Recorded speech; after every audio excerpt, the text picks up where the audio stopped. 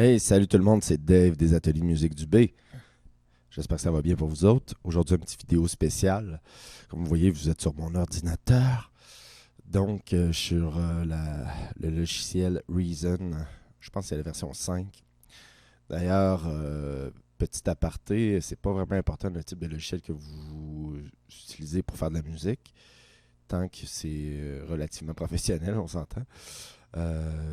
Il y en a qui ont une obsession des logiciels les plus récents, puis finalement, ne font pas de musique. Bon, ici, dans le fond, je vous montre un peu comment partir un projet. Évidemment, si c'est de la musique acoustique, ben, vous n'avez pas besoin de, de ce que je vais vous montrer.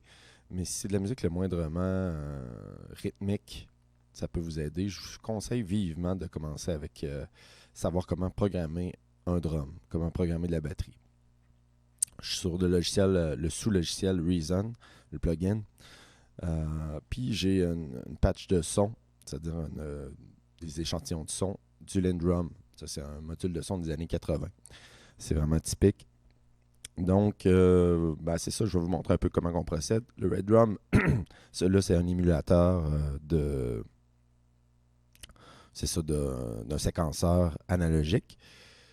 Séquenceur, c'est tout simplement, vous allez voir, ici, je sélectionne le bass drum, c'est-à-dire, ils sont déjà là. Mais tiens, je vais effacer le pattern juste pour vous montrer comment on procède. Donc, je sélectionne ici le bass drum. Vous allez dire, ouais, mais c'est pas le logiciel que j'utilise. Il y a sûrement des logiciels très communs, mais le but, c'est de savoir comment programmer un drum de base, puis un peu comment je fais ça moi-même.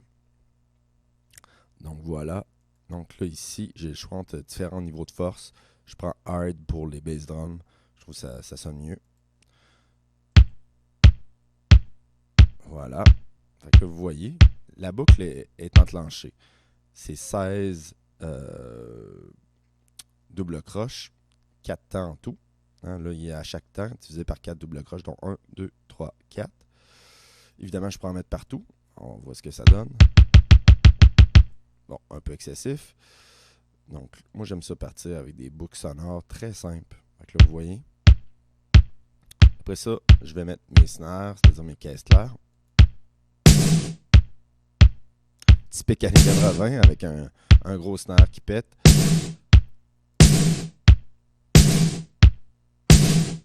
Évidemment, j'ai modifié un peu le son du snare pour arriver à ça. Donc, vous voyez ici, je mets mes snares sur le deuxième temps et le quatrième. Là, ça, c'est le premier, deuxième, troisième temps. Toujours divisé par 4 ici, double croche, 16 en tout. Je peux modifier ici mon échelle, mon grid. Ici, vous voyez, hein, dépendant de ce que je mets. Mais là, je le garde en double croche, je trouve que c'est plus simple, puis je peux modifier le nombre. Bon, vous voyez, là, ici, ça serait par 32, je reste par 16.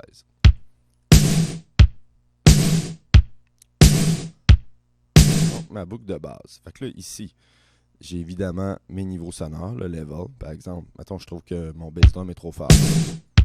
Là, on n'entend plus. Tant que ça ne sature pas, moi, j'aime ça avoir de la force, surtout bass drum snare. Ici, ça, c'est la longueur du sample, la hauteur. Je peux varier la hauteur. Par exemple, ici, je m'en vais sur mon snare.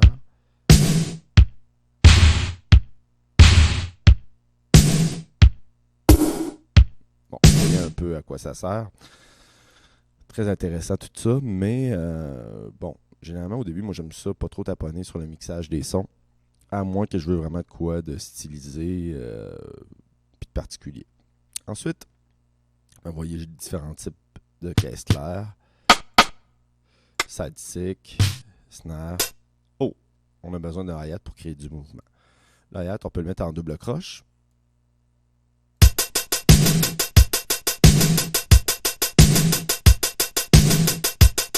Bon, vous voyez le genre, un peu abusif.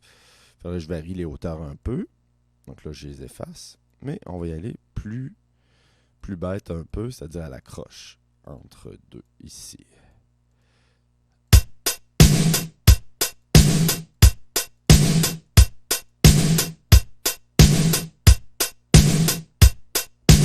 Donc, vous voyez, j'ai varié un peu la force pour créer des dynamiques. J'aurais pu faire l'inverse aussi, regardez. Si je le mets fort.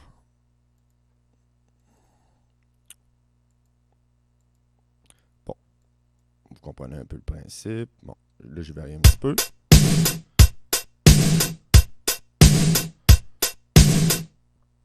Donc ici, si je voulais un coup de crash au début.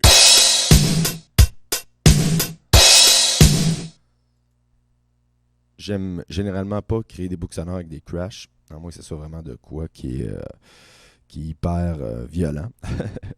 Mais là, c'est pas le cas. Fait que, vous voyez, on peut également mettre un hi-hat open. Hi-hat open. Là, vous allez dire, mais à quoi ça sert, hi-hat open? Ben, on peut le varier avec le... Ici, j'aime ça les mettre sur les contretemps. Par exemple, attendez, des fois j'en remets tout à chaque 4 parce que ça me mêle un peu. Puis j'enlève. Donc, ici j'enlèverais.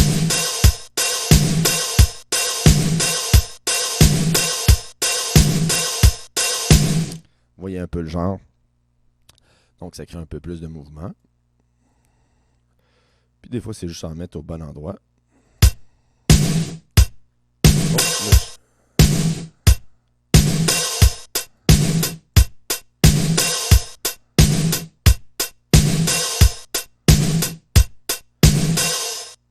Bon, vous voyez un peu le genre. Bon, là, il faudrait que j'ajuste un peu la synchronisation entre le hi-hat fermé, le charleston, comme ils disent en France, et, le charlet et le hi-hat ouvert.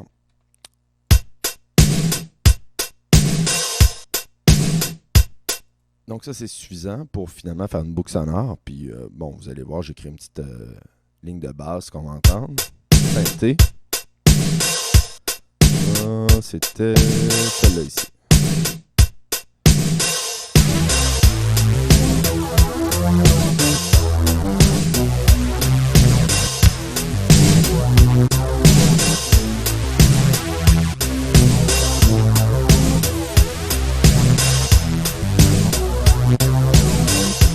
Bon, vous voyez un peu le genre.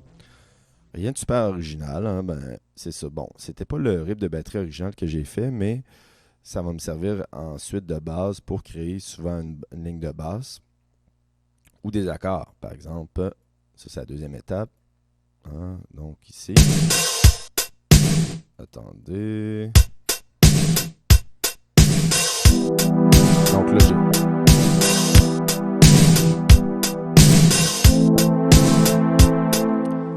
Souvent, on part extrêmement simple comme ça. Hein? Deux, trois accords.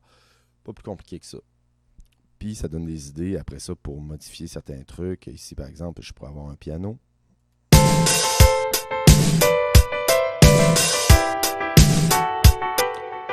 Traiter avec du délai pour créer un effet de rythmique.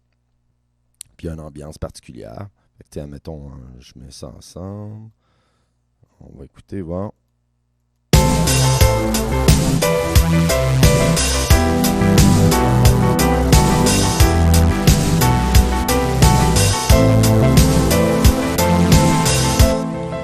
Bon, évidemment, c'est pas mixé, mais ça donne une petite idée de comment je procède. Ça, c'est une console en passant, une émulation de console analogique qui nous permet de mixer le volume de chaque piste.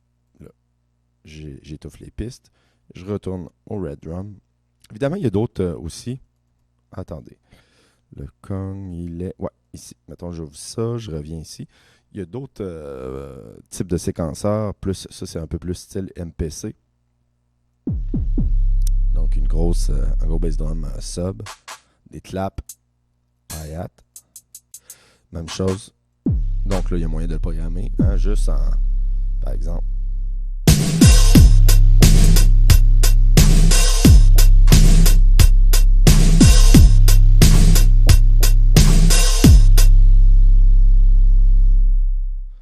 Bon, vous voyez un petit peu le genre, c'est ça. Fait qu'on peut, c'est des pads avec des effets. Puis on peut les utiliser puis séquencer. Ce qui compte aussi, c'est ça c'est assez universel, c'est d'avoir ici une échelle.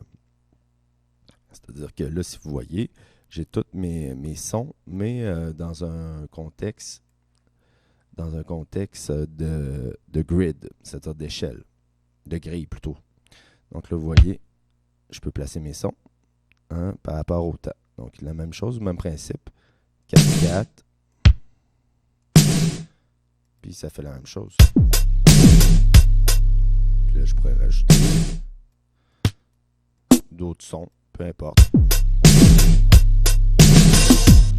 Bon, vous voyez un petit peu le genre. Le but, c'est d'arriver avec le backbeat. Le backbeat, c'est exactement ce que je viens de vous montrer. C'est-à-dire, on veut pas ça. Le bass drum sur le premier temps, le snare sur le deuxième, le bass drum sur le troisième temps, le snare sur le quatrième. Poum, pack, poum, pack. Avec des variations, évidemment, on peut varier les bass drums et les snares. En espérant que ça vous a intéressé.